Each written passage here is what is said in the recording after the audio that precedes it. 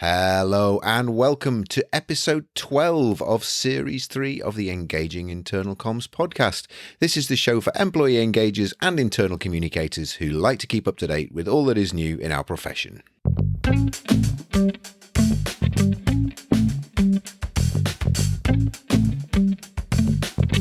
My name's Craig Smith from The Big Picture People. Well, welcome to this, our second anniversary episode. We started the podcast 2 years ago. Our first episode went out on the 16th of June 2020, right in the depths of the first year of the pandemic. So it's great. We've got this is our 75th episode that we've put out, and it's been fantastic speaking to so many brilliant guests over those 2 years. And I'm going to do something today that I've not done before on the show, and that's to give a couple of shout outs. We do get a lot of feedback and people getting in touch with us, telling us that they found the show useful and helpful, but also people who get in touch with us to say, could we cover different topics? And we always try and accommodate those and cover as many different topics as we can. But I got two really nice messages recently from two fantastic listeners who've listened to the podcast and contacted me to say how grateful they were and that they'd found the episodes really useful and they're regular listeners. So first is Alex Kinnear-Mellor. Thank you very much, Alex, for your lovely comments. Alex is Group Communications Manager at Doncaster's Group. We had a great conversation with her as well. Alex rang me up and to give me some feedback and to thank me for the show, but also we had a really, really interesting conversation, and it was great speaking to you, Alex. And the second person I'd like to mention who reached out via LinkedIn and again was really, really kind and generous with her feedback was Sarah van der Veer. Sarah is the internal comms lead at Nestle. She's based in St. Louis, Missouri. So fantastic to get feedback from our international listeners as well. And it's great to hear that you finding the show useful. It's kind of why I do it. It's what it's all about, and it's great to get that feedback. So if any of you else would like a shout out, if you want to get in touch and give some feedback, and I'll give you a mention on one of our future episodes just to say thank you for getting in touch. And if you do want to get in touch with us, the easiest way to do that is to email me at the info@thebigpicturepeople.co.uk. There is a link also on Engaging IC on the podcast page on our website where you can, there's also a contact form where you can get in touch there as well. So looking forward, what have we got coming up in the next couple of episodes? So on the 5th of July, I have a really great interview with a chap called Adam Collins. Now, Adam is a podcaster too. He has the Eat, Lunch and Board Game podcast. And I came across Adam. We were connected through a podcast meetup service that we both subscribe to where it puts people in touch with each other who have interesting podcasts that are similar where they can collaborate. And Adam reached out to me and we had a great conversation about how he's using board games in his organization to get better conversations going. He's not an internal communicator. He's actually has a technical role, but he's passionate about board games, and he saw a great opportunity to use off-the-shelf board games just to make people feel more connected with each other. So it's a really nice conversation with someone who's used his passion for a hobby that he has to actually make his workplace better. And I think it's a really, really nice, warming story that he'll be sharing with us. And then the episode after that, on the 19th of July, is an interview with Leslie Ullman from Ullman Communication. And Leslie's got a really nice, simple, but very, very deep and effective framework, which she's going to be sharing with us. And it's nominally the ABCDE of internal communication. So I know internal communicators like tools and techniques that they can use in their practice that are relatively easy to apply and remember, and that's a great example. And Leslie's going to be sharing her model with us on that episode. So that's the one that is coming up on the 19th of July. Now, just one other thing, if you're quick enough, if you're listening to this in real time, this Thursday we have another one of our free webinars, helping employees understand your organization's big picture.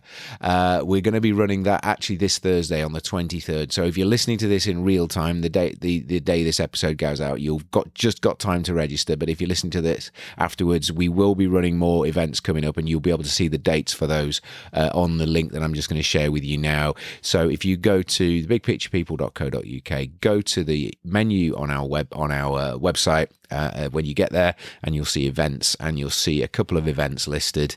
One is the second one, the bottom one is this webinar, and there are multiple dates actually. So not only the 23rd of June, but we've also got one coming up on the 18th of August and the 20th of October as well. So you can sign up for future events if you do miss the one that's coming up on Thursday. Anyway, I've spoken for long enough now, and let me get you on to today's interview.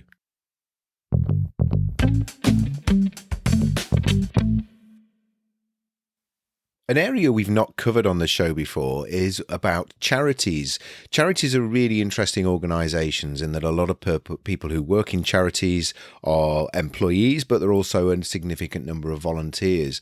I was really interested to find out what it's like to be an internal communications manager or leader within an organisation that is a charity, and what challenges that brings in terms of communicating with people who already have a very deep sense of purpose, which is often why they work with the charity or volunteer for the charity. Added to that, when these employees and volunteers are working in very chaotic situations borne out by the type of work that they are doing, it's also another interesting addition to the mix that we're looking at from an internal communications perspective. So what channels do we use, and how do we help people to understand their roles and responsibilities in delivering our overall purpose? There's also the additional challenge of big changes that often are required in any organisation, but particularly then how do we bring those into a situation where we have volunteers and employees who again are driven by purpose. And in this interview, you'll hear all about the 3 principles that this particular charity used and how the internal communications team played a key role in actually helping employees to understand what those principles were and how they would fundamentally drive change, the change that the organisation was looking for. So it's a really interesting conversation, both from the perspective that we're looking at a charity here and not an organisation that is a traditional privately owned company with shareholders or a public sector organisation, but an organisation, as I say, which has a significant number of volunteers, but also paid employees who are very much engaged with the overall purpose of the organisation. So I hope you enjoy this interview. My interviewee today is Faye Greason. Faye is Brand and Corporate Communication Manager at Changing Lives. Faye has a strong international HR background, experience in change management and people engagement, working for organisations like Sainsbury's, Save the Children, BT and Mayborn Group. Faye is currently specialising in internal communications. So Faye, how are you? I'm good, thank you, Craig. How are you? I'm very well, thank you. Faye, where are you in the world, just for our listeners, so we know where we know how to position you today? Yeah, I'm currently in Newcastle, if you couldn't tell from my northeastern accent. Fantastic, and just down the road from me. We could have probably done this interview face to face, but we, for practical reasons, we've decided to do it over the wire, as it were. But yeah, just down the road from me, about 3 or 4 miles from where I am. So. So I said you're working for Changing Lives. Now, Changing Lives is a charity. So can you just tell us a little bit more about the organisation and a little bit more about your role, please, Faye? Of course, yeah. So Changing Lives is a charity now operating nationwide, which helps people who are going through life's most difficult challenges. So we operate across 4 main areas: housing and homelessness, addiction and recovery, women and children's services, and employment. We actually recently celebrated our 50th anniversary. So we've been reflecting on our history a lot, and we started out as a very small charity in the northeast called the Cyrenians, helping people rough sleeping. First through a soup kitchen and then through hostels and day centres. But over time, and particularly in recent years, we've expanded both geographically and the services that we provided. So we're not just looking at homelessness in isolation. A safe home is definitely the foundation to build a flourishing life, but other factors like a secure job, like freedom from addiction or abuse, also play a vital role in building a positive future. So Mm. Changing Lives has kind of expanded its service provision to meet some of those other needs, now operating nationally, and helping people to change their lives for the better in different ways. Fantastic. Yeah. So you're looking at the whole kind of touch points of people who find themselves in that sort of situation and how you can have a positive influence on that. Yeah. Exactly. Yeah. So your role, as I said, is brand and corporate communications manager. I guess Yes. that sort of says what it does on the tin. But tell us a little bit more Yeah. about what that involves and what your role entails at the moment. Your sort of day in the life of Faye. Yeah, so my role covers three key areas: internal comms, wider corporate communications, and brand. Mm, So I'd say the main part of my role is internal comms, and that's helping to make sure that the information is flowing in Changing Lives so that everyone gets the right information that they need at the right time, mm, to be able to do their jobs effectively. excellent. And also, obviously, to keep people engaged, feeling connected to the charity's purpose, and giving opportunities for people to have their views heard. So that's the internal comms part. Mm, The wider corporate communications. So these are messages that are led or driven by internal teams, but might also be communicated to an external audience as mm, well as mm, having an internal aspect. So key examples would be fundraising or recruitment. And having that breadth of responsibility is really interesting, and I think really important, as it means we can be very joined up in our approach, mm. and you can get a lot of cross pollination of kind of content and ideas from communicating with different audiences. Yeah, yeah. I've heard a lot of. I mean, again, a lot of organisations do have that in internal comms. They do have either a shared responsibility or reporting lines with external comms, and sometimes Yeah, that's due to size and resource, but also sometimes I think it's a strategic decision because of the fact that we do want what we're telling people internally to marry up with our external persona as well. So I think that's really yeah. really good. And do you find that in general works, or do you sometimes find there's some not a conflict of interest, but there's sometimes a bit of a tension there between what's been communicated, or is it normally fairly harmonious in terms of the messages? Yeah, I think it works really well. And Mm, I've worked in internal comms teams with different reporting lines. And to me, when internal and external work very closely together, mm, it works really well. yeah, I mean, ultimately, at Changing Lives, like what's important is the people who use our services. So if everything kind of stems from that, um, there shouldn't be too much of an issue. And I think both, the internal comms and the external comms are quite focused on that in Changing Lives. So it yeah. keeps us all in working in the right direction. Yeah, brilliant, brilliant. So I don't think we've had anyone on the show before, or then we may have done from a charity. So I think it's an interesting context, and what the kind of focus of today's interview is talking about the role of IC in helping people to understand roles and responsibilities. So Mhm. I think just what would be interesting for me, and I hope hopefully the listeners, is to think about when we're talking about who you're designing communications for, and I'm thinking particularly here from an internal communications perspective. Yeah, What's the current split between people in your organisation? Because all charities have volunteers, I guess, and so yeah. you've got obviously got people on your payroll or salaried, and also volunteers. What's the sort of current split in your organisation at the moment? Yeah, so we have just shy of 700 employees at Mm, Changing Lives, okay, and around 70 volunteers at the moment on a yeah, monthly basis, but that's kind of an ever changing pool of people. mm, And I think also the number's probably a little bit lower following the pandemic because right, we weren't able to engage volunteers in the usual ways. Like we'd have a lot of volunteers in our projects actually working with people, mm, and that face to face element dropped off over in COVID. So we're of kind of course, working to build that back up at the moment. Okay, so that's interesting. So about sort of 90% paid, salaried, and 10% Yeah. volunteers. And is that a balance that you as you say, it's probably been slightly lower now because of the pandemic? In optimal times or pre-pandemic, would that have been sort of slightly different ratio or? Yeah, I would say in optimal times, we'd probably be looking for double the amount of volunteers that we currently have. Mm, And yeah, because we have a lot of different projects, we've got over 100 different projects. Ideally, we'd have a volunteer presence at mm, all or certainly most of those. mm. Um, Okay.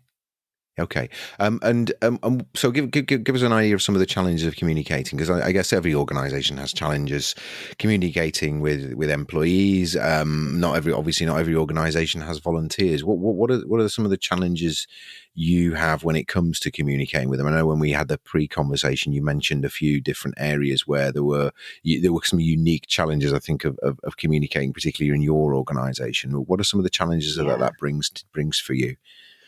Yeah, so the majority of people who work for Changing Lives work in frontline roles, Mm, and their jobs could look very different depending on which project or part of the organisation they work in. So we do have a core kind of um, hub of our central services, which would be kind of more desk-based jobs, myself and the rest of the comms and policy team, finance, HR, etc.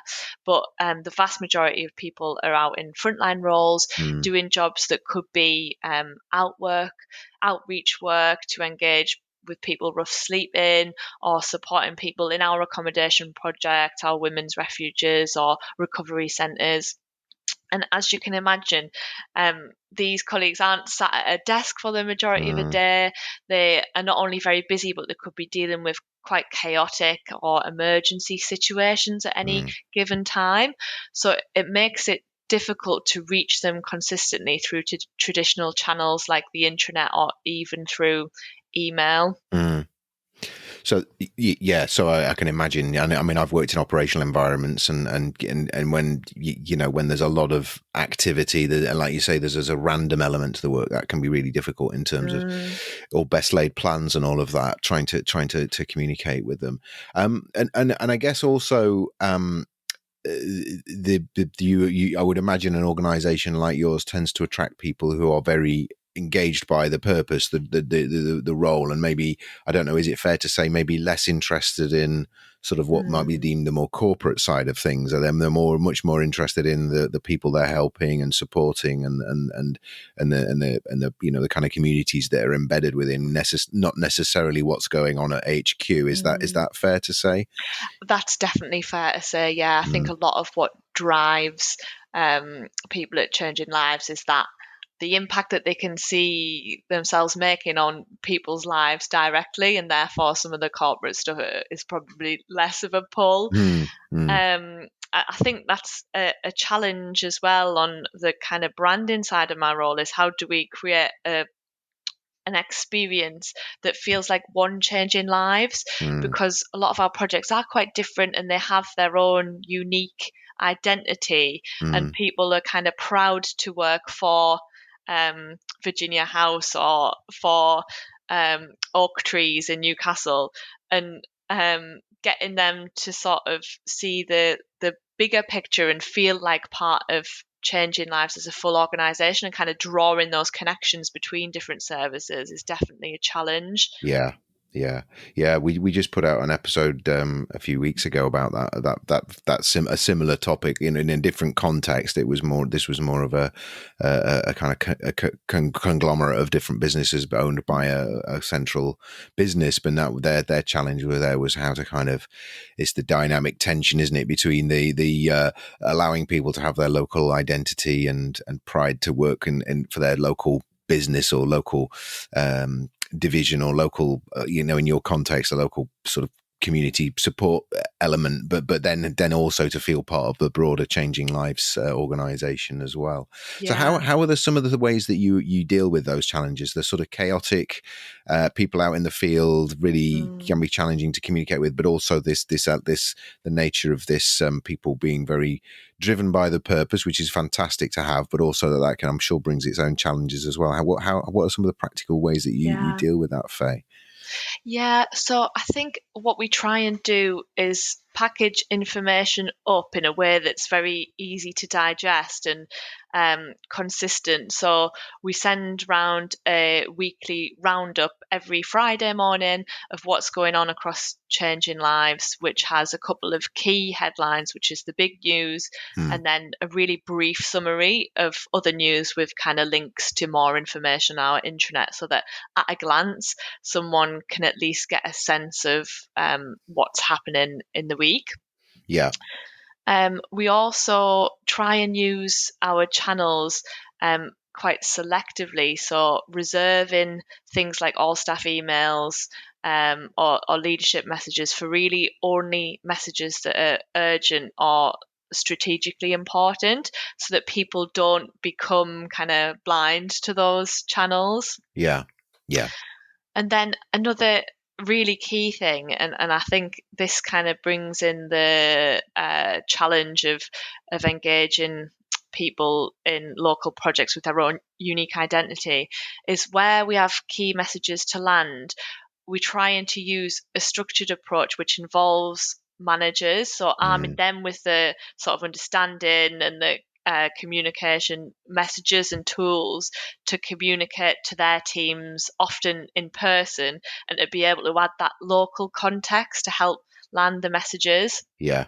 Yeah. So we're doing that a bit, but I think that's something we can definitely do more of. And something I would like to do is set up a bit of a managers forum where those organizational updates and priorities can be fed into managers for them to then feed into their teams on a more regular basis, and not just an ad hoc Mm. basis as it is currently done. Mm. Yeah, we've talked about this a number of times, and I think it's good to reiterate that the importance, particularly in organisations, operational organisations, the role of line managers, I think, is absolutely critical in Yeah. in sharing information, but not just cascading it, but actually being able to contextualise what people are hearing for their local requirements as well. So that's a really positive, I think.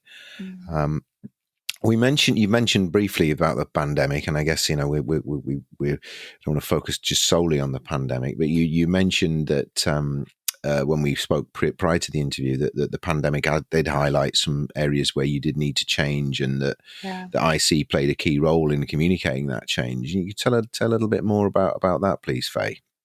Yeah. So I don't think these issues were sort of they weren't purely pandemic related. Like, they No, were pre-existing issues, so the pandemic kind of focused our attention on them. Um, but when COVID hit, we had to adapt really rapidly to be able to continue running our services, which in some places meant introducing new processes or safety measures, and in others, switching to virtual modes of delivering services. But when other services were shut in, we were able to remain open and support the most vulnerable people in our communities through the pandemic. right. And I think the speed at which we did this and made those changes proved that we are able to make and implement decisions really quickly when we need to, but that outside of a pandemic, that's not the way that we necessarily Mm, operate. mm, I think the pandemic put the power in the hands of people who are actually running the services, as opposed to, central functions or the leadership team, and that kind of showed us that we're not always solving the right problems in the right places, and we're potentially using a one size fits all approach that's not working for mm, everyone. mm, Um, so yeah, it really drew our attention to the fact that a more localized way of decision making is mm. perhaps something that we want to take forward. Yeah. And what was the role that internal comms played in that? Did you have a role in that transformation? Not just the obviously there was I think all internal communicators had a huge role in the kind of practicalities of the pandemic, but the understanding Yeah. this lesson that you learned from it. Well, what role did you play in that and helping communicate that? Yeah. So I think my role in that has really been about listening Mm, to operational teams and um, being part of the conversation, but also helping to open up spaces where um, central services and operational services can kind of come together yeah. to talk about these issues. And I think what we now have is a sense of what needs to change and what we'll do differently going forward. And internal comms will uh, probably the role of internal comms will step up to take even more of a place Mm, mm. in going forward. Excellent.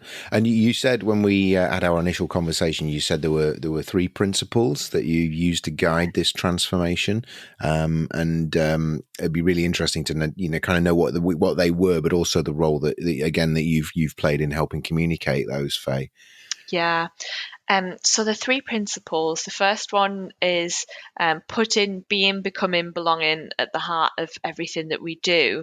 And being, becoming, belonging is our theory of change. Mm, And it's how we help people build a more positive future by understanding and meeting them where they're at, and then helping them to kind of build on their unique strengths and potential and overcome some of the trauma they've faced in their lives, and then building a sense of community and an infrastructure around them so that that change is sustainable. mm, And that way that we work is it happens differently depending on the way that we're working with people, the different services that we provide, but it is consistently across all of our services. right. So making sure that that is, our purpose is really driving everything that we do is our first principle. So being, becoming, belonging is the kind of guiding tenet that you use when you're working with your clients, your end users, Yeah. the people who you support. And are you saying that you've kind of applied that internally to yourself as well, or is it you're saying that the purpose you've just reinforced that through that's the kind of key reason why we should be changing, why we should be improving as an organization? Yeah, Yeah. less about everyone finding being, becoming, belonging, more about making sure that like everything everyone does is supporting Right. Yeah. Yeah. being, becoming, belonging for the people we work with. Right. Yeah. Yeah. So I think it's good to have that overarching North Star, isn't it, in any organization? Yeah, Yeah. So that's the first principle. So that's like kind of connecting people and reminding people of that purpose. What was the second principle? yeah. So the second one is front to back is the way that we work. So that's more about that localized decision making, solving problems where they're at with the people that they actually impact, and not aggregating things to a level where the solution actually doesn't work for anyone. Mm, And it's also about making decisions and prioritizing investments that are going to make the most difference to the people we work with. mm, mm. And I guess I think that's fun. It's a superb. It's a great idea, and I've worked in organisations that have always said that that's their kind of way they want. They want to Yeah. decentralise things, but actually doing it. And what are some of the challenges you've faced there, and actually being able to, kind of literally turn the organisation around and make it, in terms of we're there to support the front line, not vice versa, because that's often the challenge with that sort of thing, isn't Yeah, yeah, it's really hard because this way it? of working doesn't necessarily come No. naturally. And especially when you're under pressure, it can be tempting to revert back to command and control. Mm, So trying to involve people in decision making and not kind of just dictate when you're in a pressurized situation is hard. And I think you know, we we've got a regular meeting in the diary where people heavily involved in this change work come together, and we're very honest with each other about where things are and aren't working, and we kind of hold each other to account for actions that we've taken, or communications that I've sent when people will say, could that have been a bit more Yeah. participatory? And Yeah.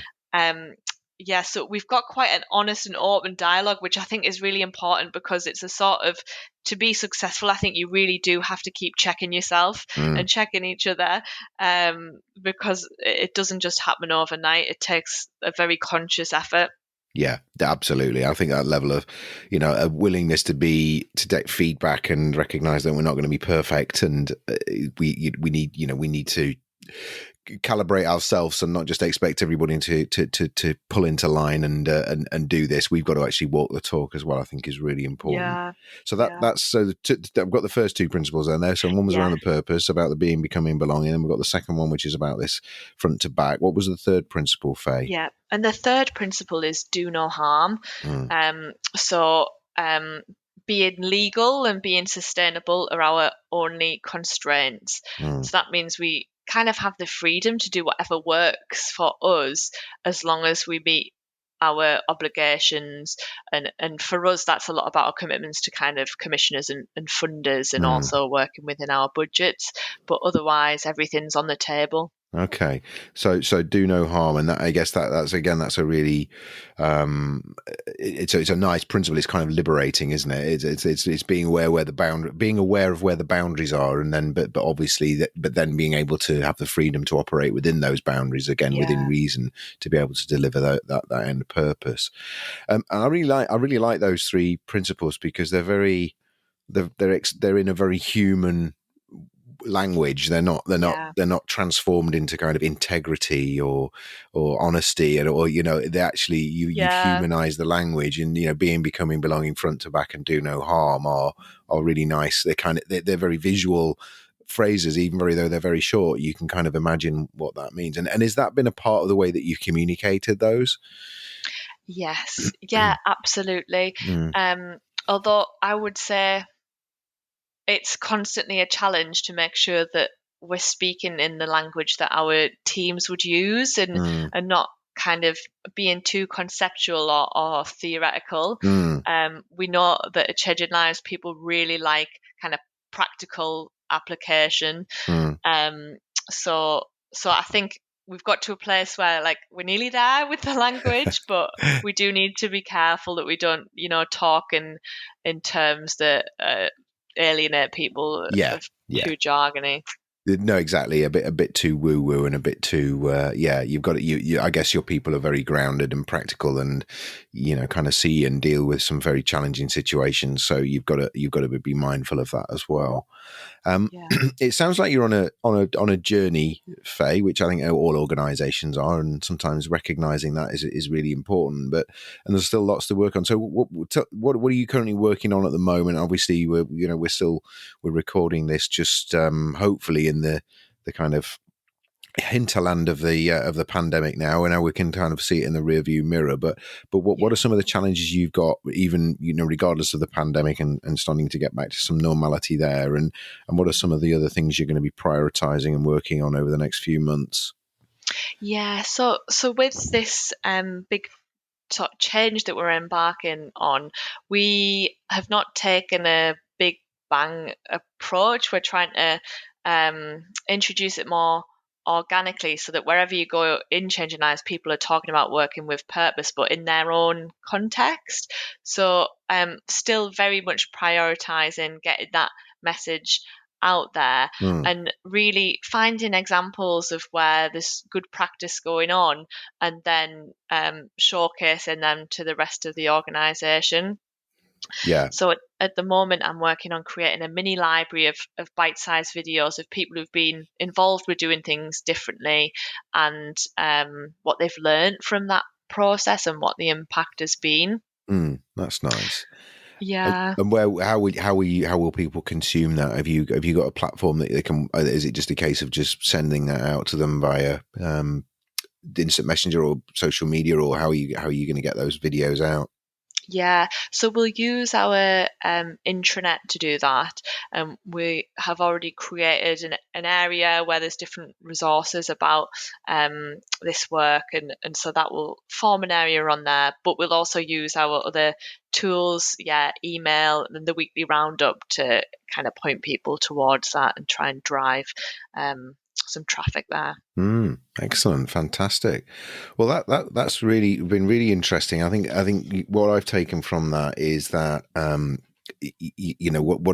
what amazing work you do, and I think that you probably hear that all the time. But I think that it sounds like you've got a really dedicated group of people doing some amazing work. And I think, as I said when we talked about it, we've not interviewed anyone from a from a charity before, and I think that it's always fascinated me that how do you communicate and motivate people who are really purpose driven, and also sometimes where that may mean that we're having to sort of tell them things that they may think kind of contradict that purpose. So it sounds like you've done a really good job of making sure that you keep those messages consistent. And I think those final three principles that you talked about, they're really good in terms of making sure that you've got some consistent principles, because I think one of the things we often find with change is that it can often get quite confusing for people. There seems to be so many moving parts, so many things going on, but for you to be able to just focus on three really core principles about really going to guide that change, I think is really refreshing. So anything from you, Faye, that you wanted to say that I've not asked you the right question, or I've not asked you a question that's relevant to the work that you're doing at the moment, or anything else that you think is would be of interest to our listeners? I think just on this change that we're embarking on, kind of the speed at which we move is really important, and especially working in a front to back way. It's about being able to put the energy behind the change and make sure that we're keeping momentum, but also create space and take enough time that people feel like they can shape it themselves. Yeah. So I do feel that that's an interesting tension, and one we have to keep pulling ourselves up on, like, are we going too fast? Do people feel like they're being done too? But equally, are we keeping this going and not losing momentum on it? Yeah. And I think that is always a challenge, isn't it? Because I don't think there ever is a right.